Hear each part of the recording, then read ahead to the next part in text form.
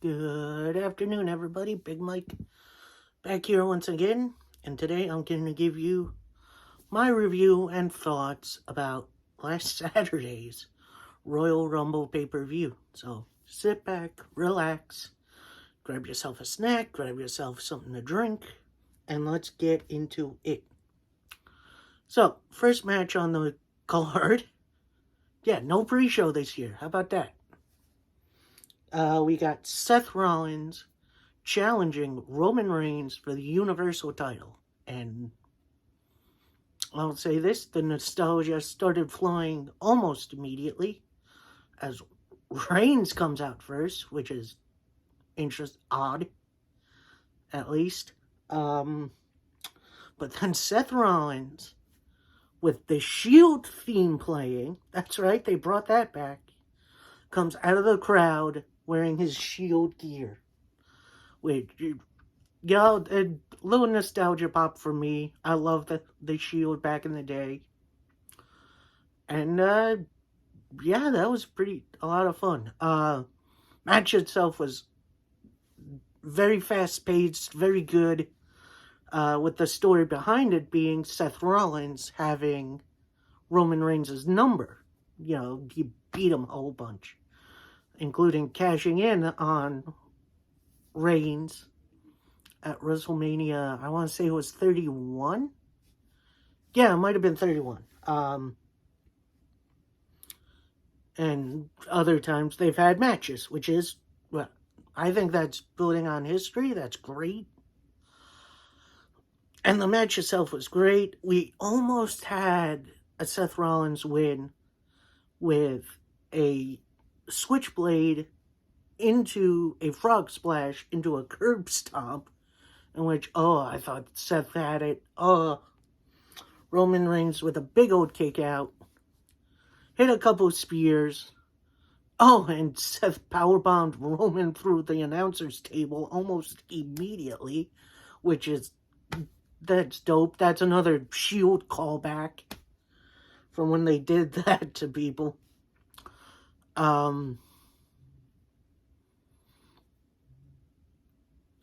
spear, Reigns had Rollins in the guillotine. Rollins gets to the ropes, grabs it. That's supposed to be a rope break.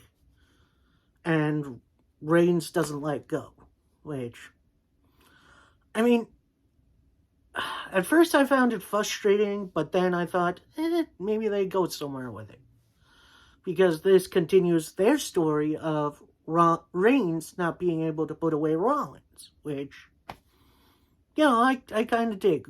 Maybe we'll see that in Saudi Arabia for Elimination Chamber or Fastlane or whatever. But yeah, I upon thinking about it, it's not terrible storytelling. Did I love the finish? Not really. I would have liked to see Reigns on a big stage like the Royal Rumble put away his opponent. But maybe this will be okay. Maybe we'll see something else a little further down the line before WrestleMania. We'll get to that. Alright, next up, we have the Women's Royal Rumble match, which was a whole heck of a lot of fun. Entrant number 1, Sasha Banks. She came back the Friday before on SmackDown, which, I feel like they could have waited on that.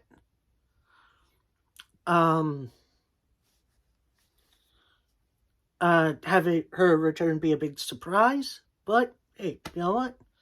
She's in the top spot, and she's got some work to do. Next up, our first pretty big surprise. Now residing in the National Wrestling Alliance, the NWA, Melina. Former, I believe she won the Divas title a couple of times. I know she was Morrison and Mercury's manager for a lot of time. It was great to see her. She did have a little trouble getting her entrance attire off before getting in the ring, which was, it's fine, whatever. People make mistakes. She's human. Melina gets into the ring. Banks and Melina start a pose down. Sasha hits a move and eliminated, which that's a little disappointing because I've seen Melina in NWA and she's been really good, especially with some of the younger guys like Camille and Sky Blue, etc. But, I can understand maybe why you don't have her in that long. Number 3 in, Tamina.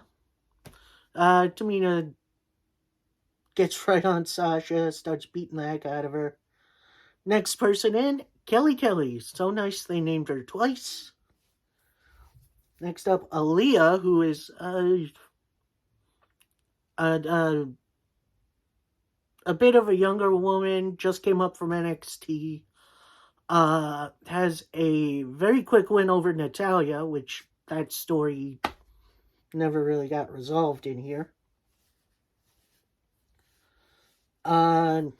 Next couple in, you have Liv Morgan, which it's good to see her.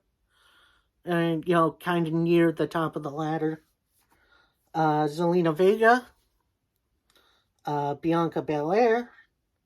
Dana Brooke, the 24/7 champion. Although she didn't come out with her title, which I thought that was weird.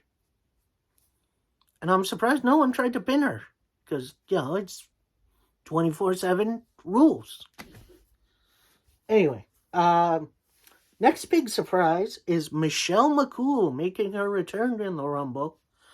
I believe she still has most eliminations in the Women's Rumble. I could be wrong. From the first time in 2015, where she has 13, I believe, which, pretty cool. Next in, SmackDown GM. I call her SmackDown GM. She hasn't really been wrestling. Sonya Deville, which, glad to see her back. Hopefully she does more wrestling. Next person in is Natalya. She gets right into Aaliyah's face. They start brawling a little bit. Next, and actually, Sonya doesn't get in the ring right away. She goes to the announcer's table first, where she's gonna pick her spot, which is against the next entrant, Cameron, who, if you remember, she came up with Naomi as a Funkadactyl with Brodus Clay. They even had the music. Somebody call my mama. I believe that was also Ernest the Cat Miller's theme back in the day. I could be wrong. Tell me if I'm wrong in the comments. I think that's right. So, Sonya Deville eliminates her very early. Next woman in, her former tag partner, Naomi. And Naomi goes right at it with Sonya. And it's I think it's decent storytelling. Although I wish the story would end. And then after a little bit, so Naomi eliminates Sonya. And then from outside the ring, Sonya eliminates Naomi. So this feud will continue. Next few in, you'll have Carmella, the other half of the tag team champions. Rhea Ripley, former tag team champion. Charlotte Flair, the SmackDown Women's Champion. And if she would have won this, she would choose her opponent at WrestleMania, which, I thought wouldn't have been the worst idea in the world, but I can understand why more than a few people would not have liked that. Next up in our next big legend spot, it's Ivory coming out with her Right to Censor music and Full Gear. Now she comes out with a mic saying, "Oh, these lost little girls. It's the same as when I left it." And she immediately gets eliminated by Rhea Ripley. So, it was nice to see her. Would I have liked to see more? Maybe a little bit, but I can understand. Next up, Brie Bella. She gets a little yes chant started from the crowd, considering she's with Bryan Danielson. Next woman in, Impact Wrestling's own Knockouts champion, Mickie James, and they had Hardcore Country playing. That got me hyped. She gets right in, kicks for everybody. I don't think she eliminates anybody. I'm not sure. No, she does not, which is kind of a shame, but I can understand that. Next up, an entry I did not see coming, Alicia Fox, making her in-ring return. It's so good to see her. I really like her. She was super underrated from when she was, Mrs. Steal Your Man. Considering she ended up with Edge cheating on Vicky Guerrero during that whole thing. That was weird. Next up, Nikki Cross, and she immediately gets into it with Rhea Ripley. So that was, I'm okay with this feud continuing. They have some things to knock out. Next in, WWE legend Summer Rae. She's one of the few that were announced for this match a few weeks ago on SmackDown. I wouldn't say she's a legend, but she's okay, I guess. She almost immediately gets eliminated by Natalya. Next in, Nikki Bella. So the Bella Twins reunite, more than likely going after those WWE Tag Team Championship titles currently held by Zelina Vega and Carmella, which I wouldn't mind that. Next in, our first free agent of the night. No, not free agent, but like non-legend.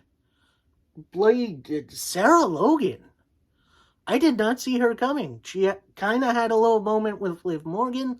They were about to hug. They both get laid out by the Bella Twins. And then Nikki and Brie eliminate Sarah Logan almost immediately, which I did not like. And then Nikki and Brie eliminated Alicia Fox because, they had their little alliance for a little bit, which was alright, I guess. Next woman in is Lita, which that's awesome.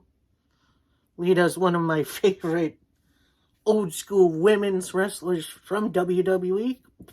Glad to see her in there.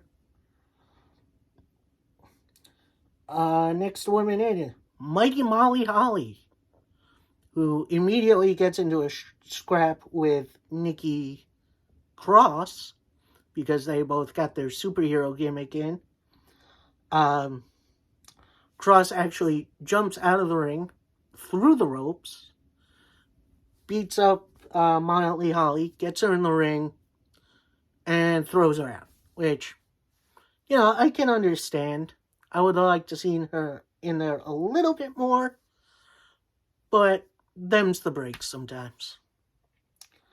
Next woman in, eventual winner, Rowdy Ronda Rousey, coming back for the first time in at least 3 years now. Last time we saw her was in the main event of WrestleMania 35, where she got pinned. Except one of her shoulders were up. I should know, I was freaking there. And, she has some unfinished business. Glad to see her back.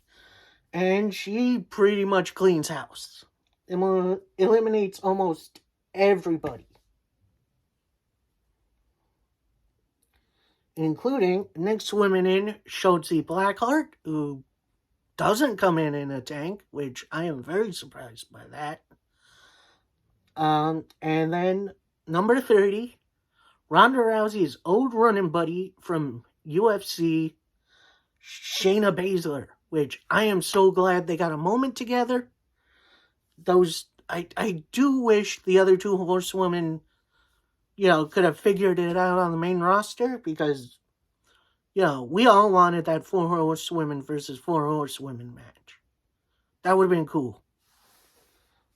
Rousey and Baszler kind of cleaning house a little bit until it's down to the final 4. Who the heck were the final 4?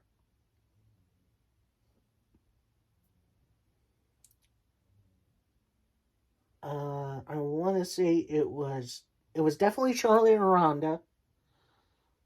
I think Baszler was also in there, and then Lita. Yeah, that was the final 4. Everyone else pretty much got eliminated, which no real Iron Woman and no, one person eliminating everybody, which is kind of a shame. I think most eliminations was Charlotte at 5. Charlotte eliminates Jonesy. I think Charlotte eliminated Lita as well. Dang. So it comes down to Rousey versus Charlotte. And winner and going on to WrestleMania, Ronda Rousey. And now she has a choice to make. Do we see her pick Charlotte Flair, which we've seen? Well, we've seen only once, so maybe they could bring something different to the table. Or do we finally get that one match we've all been waiting for since Survivor Series 2015? Ronda Rousey versus Becky Lynch. Now, Becky is definitely a bit of a different character. She's not really the man anymore. She's big time Bex, in which she's like a Conor McGregor wannabe, which I do not love. I'll be honest. Anyway, that'll get a big thumbs up for me. That Women's Rumble was maybe one of the best Women's Rumbles they've ever had. And that's saying a lot. Well done, ladies. And, of course, we have the arbitrary pointing at the WrestleMania sign. Apparently, when the pyro went off, the sign caught on fire. So, that section had to be evacuated and sprayed down, and they raised it back up. So, no harm, no foul, I guess. Next up, Raw Women's title match as Becky Lynch, Big Time Bex, defends against Viper. I will not be calling her Dewdrop. And I gotta say, it's kind of started off slowly, but it did build and build.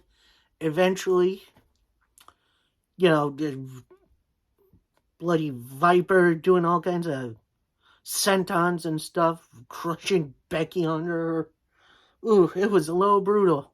I tell you what.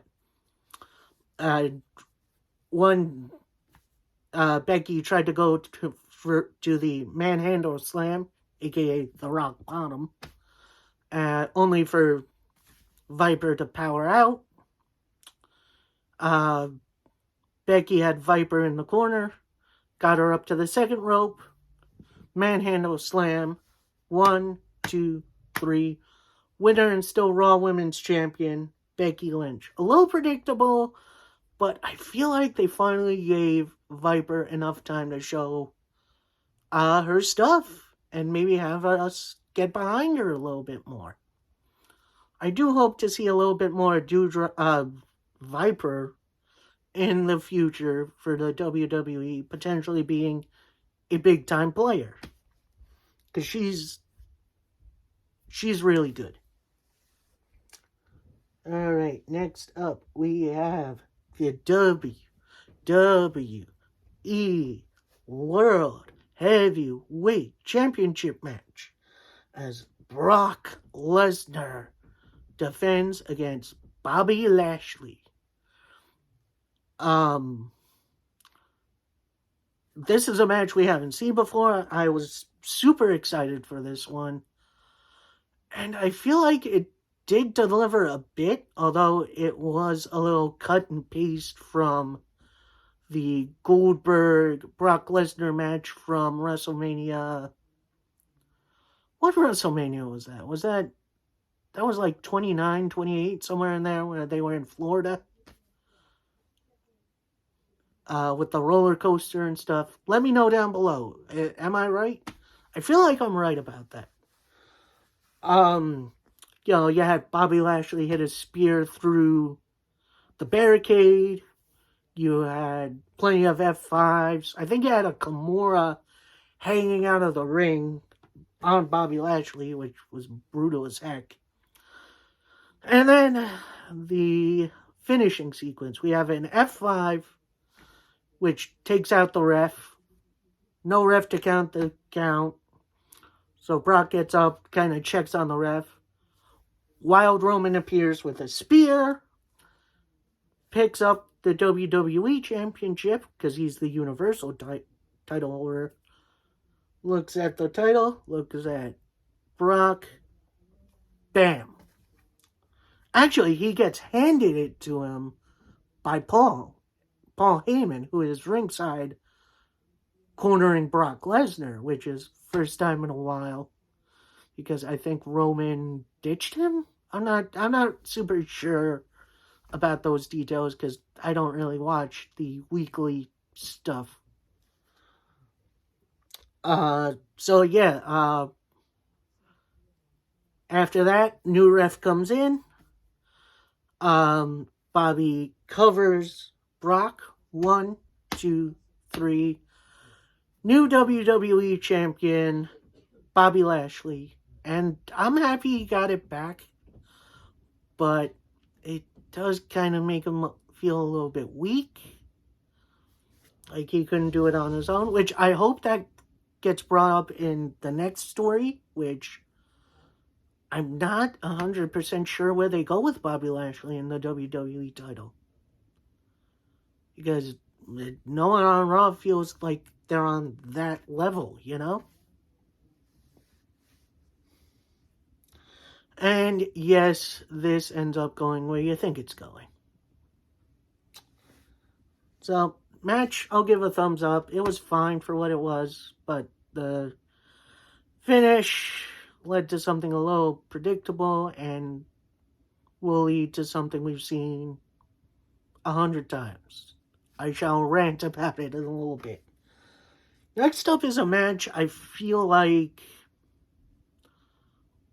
was fun enough to be a little bit of a palate cleanser. It was fun for what it was.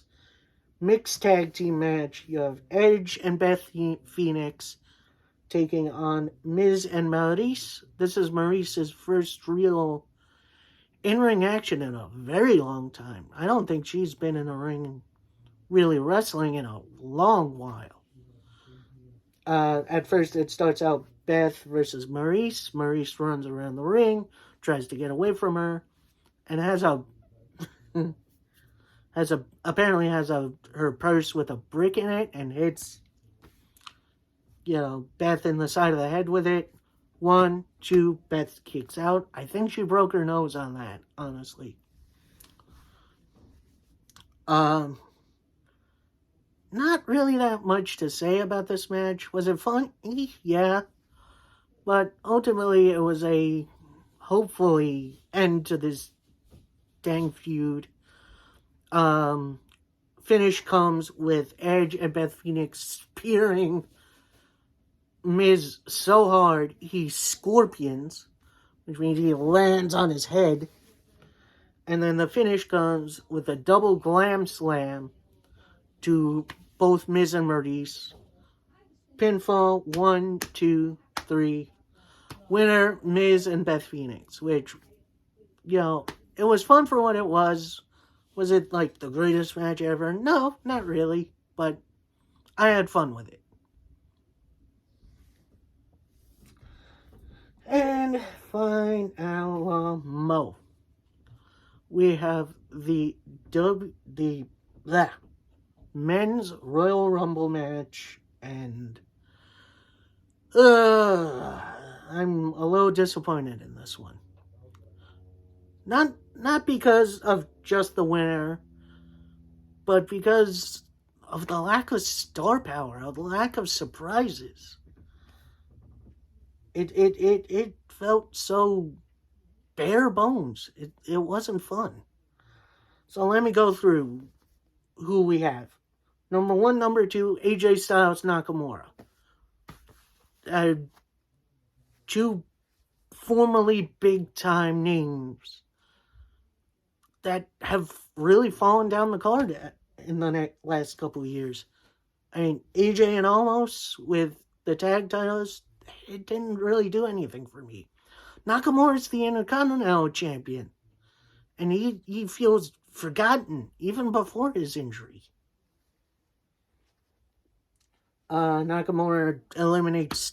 Styles eliminates Nakamura in about 5 minutes. Next in is Austin Theory. Now, I like Austin Theory. He's incredibly talented. He's a solid hand.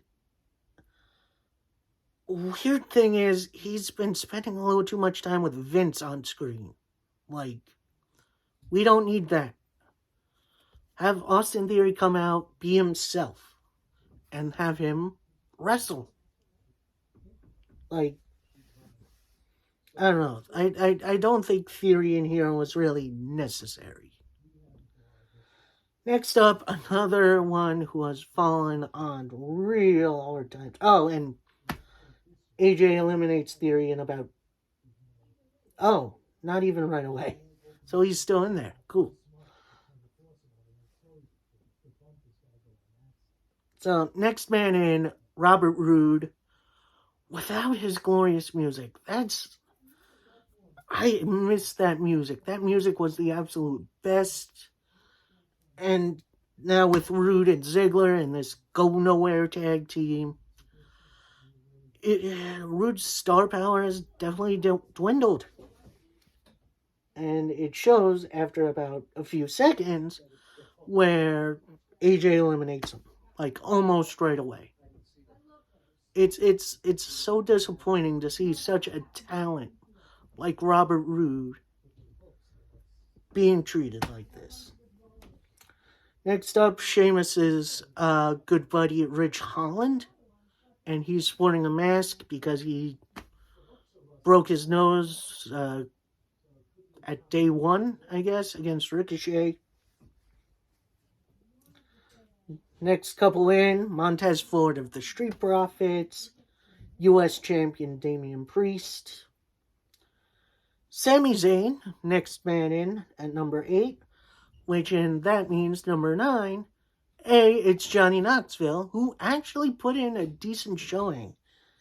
He had some decent elbows against AJ Styles. Ultimately, he gets ganged up on by the rest of the roster, including a heck of a haluva kick from Sami Zayn, who then gets almost immediately eliminated by AJ Styles. Which, they're trying with Styles at least. Next in, Angelo Dawkins. He immediately teams up with Montez Ford. Street Profits, yay. Next man in, Omos. AJ Styles' former running buddy almost immediately eliminates Ford and Priest, which, that's a little disappointing. I was kind of hoping for a little bit more from them, but whatever. Then, after a few minutes of stumbling around, doing big moves to people, almost gets eliminated by a gaggle of people. Next man in is Ricochet, and he does some decent high-flying stuff at first, and then takes a nap. Next few men in, Chad Gable, current Raw Tag Team Champion. Dominic Mysterio, who had a really decent showing, I felt. Next man in is Baron Happy Corbin, in which he eliminates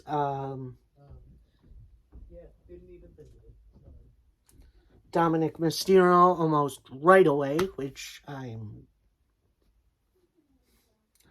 Next man in, Dolph Ziggler.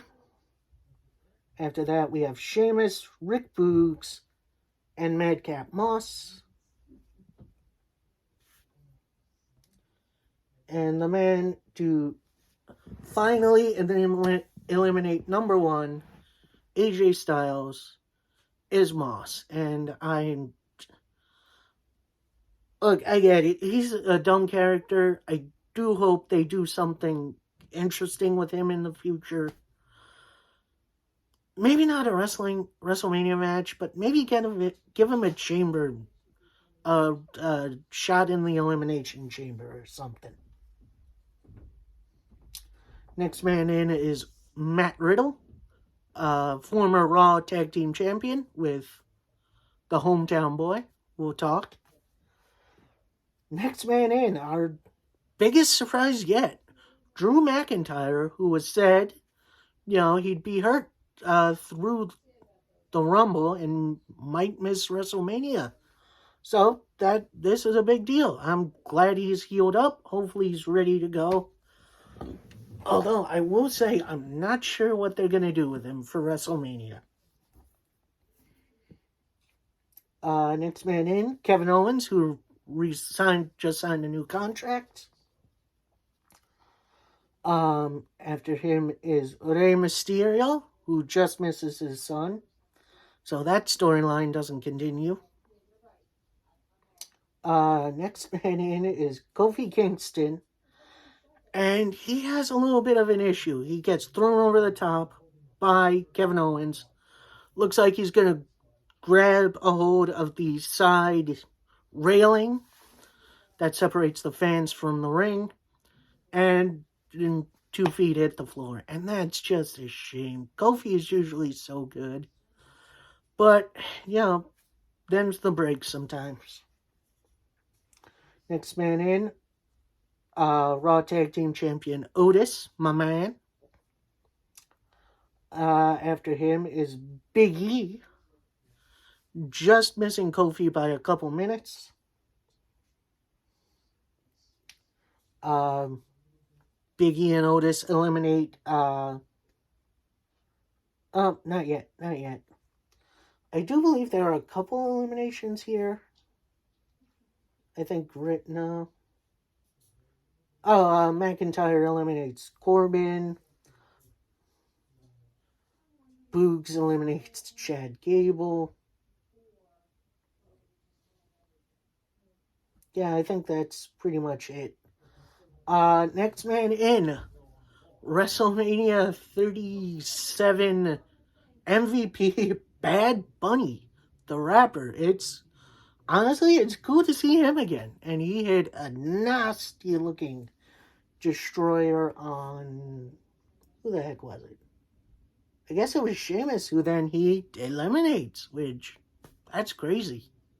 Welcome back, Bad Bunny. Next man in, your biggest surprise, the mayor of Potato Punches, Shane McMahon, the owner's son. And I really thought we were done with him. I really thought we were,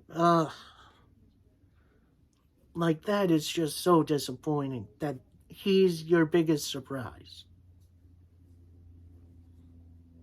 He then does his, punches to everyone. Otis and Big E get eliminated by Riddle and...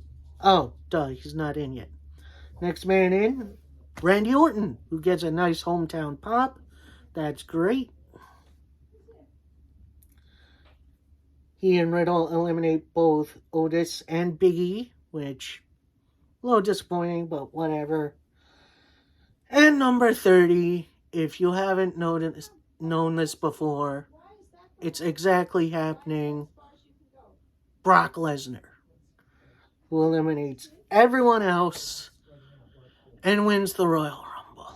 And that pretty much guarantees the setup for Roman Reigns, Brock Lesnar, number 64,553. And look, I get it. Stone Cold and The Rock have faced each other like a million times throughout the Attitude Era. But instead of this rivalry feeling like that, it feels more like Cena versus Orton in the early 2000s, where they faced each other for the world title at every pay-per-view. It's not interesting. It's not fun. And look, I get it. I get why they did it.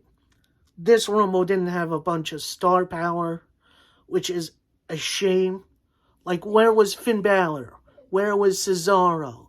Maybe you could have had a few other big surprises. And not even Forbidden Door surprises. Like I would have been okay with Cena coming out. No, instead we get the mid-card Rumble. This kind of feels like what happened in, like, 94, I think it was, where Ric Flair won and his only real challenge was Hulk Hogan. That's what this feels like. And look, I get it. You don't want to hear me rant all day. I'll say this. Match itself was fine, but it was not... I felt more than enough for the Women's Rumble. So, this gets a bit of a thumbs down from me. And look, I get it. It was a night-long storyline that's probably going to culminate at WrestleMania this year. And then we'll probably set up Rock versus Roman the next year. But this is my thing. Between, like, Brock Lesnar, potentially Big E,